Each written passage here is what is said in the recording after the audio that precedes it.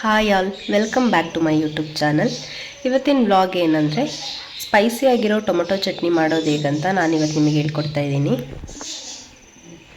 ನಾನಿಲ್ಲಿ ಮೊದಲಿಗೆ 1 cup tomato, ಸ್ವಲ್ಪ ಕೊತ್ತಂಬರಿ ಸೊಪ್ಪು, 1/4 ಕಪ್ ಎಣ್ಣೆ, ಕಾಳು ಮೆಣಸು, ಕರ್ಬೇವಿನ ಸೊಪ್ಪು ಸ್ವಲ್ಪ, ಬೆಳ್ಳುಳ್ಳಿ, ಜೀರಿಗೆ, ಮೆಂತೆ ಮತ್ತು 1 ಕಪ್ ಈರುಳ್ಳಿ ತಗೊಂಡಿದ್ದೀನಿ. ಇವಾಗ ಹೇಗೆ ಮಾಡೋದು ನೋಡೋಣ ಬನ್ನಿ.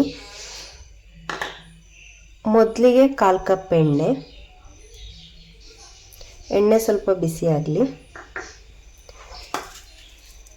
ಎಣ್ಣೆ ಬಿಸಿ ಆದಮೇಲೆ ಸ್ವಲ್ಪ ಜೀರಿಗೆ ಘಮ ಬರಬೇಕು, ಅಲ್ಲಿ ತನಕ ಫ್ರೈ ಮಾಡ್ಕೋಬೇಕು. ಇವಾಗ ಜಜ್ಜಿಟ್ಕೊಂಡಿರೋ ಬೆಳ್ಳುಳ್ಳಿ ಹಾಕ್ತಾಯಿದ್ದೀನಿ. ಸಿಡಿಯುತ್ತೆ ಅಂತ ಬೆಳ್ಳುಳ್ಳಿ ನಾನು ಜಜ್ಜಿಟ್ಕೊಂಡಿದ್ದೀನಿ.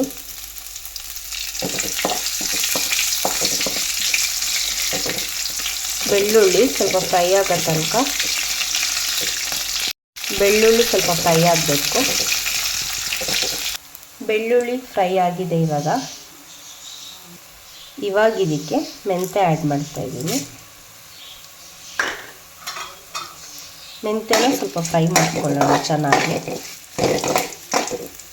ಮೆಂತೆ ಫ್ರೈ ಆಗಿದೆ.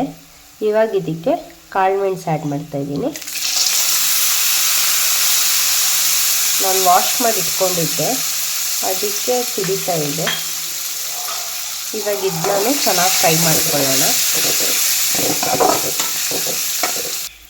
ಇವಾಗ ಕರ್ಬೇವಿನ ಸೊಪ್ಪು ಆ್ಯಡ್ ಮಾಡ್ತಾಯಿದ್ದೀನಿ.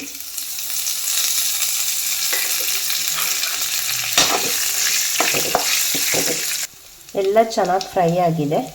ಇವಾಗ ಇದಕ್ಕೆ 1 ಕಪ್ ಆನಿಯನ್ ಆ್ಯಡ್ ಮಾಡ್ತಾಯಿದ್ದೀನಿ. ಇವಾಗ ಎಲ್ಲ ಒಟ್ಟಿಗೆ ಚೆನ್ನಾಗಿ ಫ್ರೈ ಮಾಡ್ಕೊಳ್ಳೋಣ. ಸ್ವಲ್ಪ ಆಯಿಲ್ ಕಡಿಮೆ ಅನ್ನಿಸ್ತು, ಅದಕ್ಕೆ ಇವಾಗ ಸ್ವಲ್ಪ ಆ್ಯಡ್ ಮಾಡ್ತಾಯಿದ್ದೀನಿ.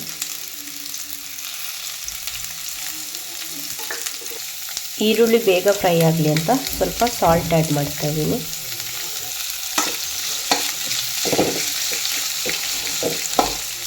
ಆನಿಯನ್ ಫ್ರೈ ಆಗಿದೆ. ಇವಾಗ ಇದಕ್ಕೆ ನಾನು ಟೊಮೆಟೊ ಆ್ಯಡ್ ಮಾಡ್ತಾಯಿದ್ದೀನಿ.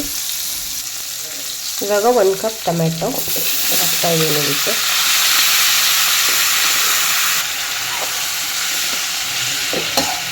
ಇವಾಗ ಇದನ್ನೆಲ್ಲ ಮಿಕ್ಸ್ ಮಾಡಿಕೊಂಡು ಒಂದು 10 ಮಿನಿಟ್ಸ್ ಬೇಯಕ್ಕೆ ಬಿಡೋಣ.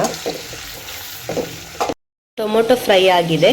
ಇವಾಗ ಇದಕ್ಕೆ ಕೊತ್ತಂಬರಿ ಸೊಪ್ಪು ಆ್ಯಡ್ ಮಾಡಬೇಕು.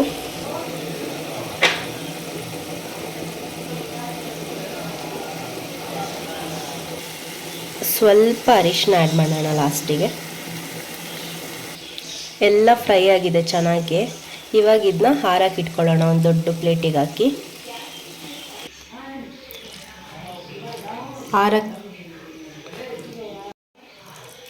ಇದು ಆರಿದ ಮೇಲೆ ಚೆನ್ನಾಗಿ ಗ್ರೈಂಡ್ ಮಾಡ್ಕೋಬೇಕು.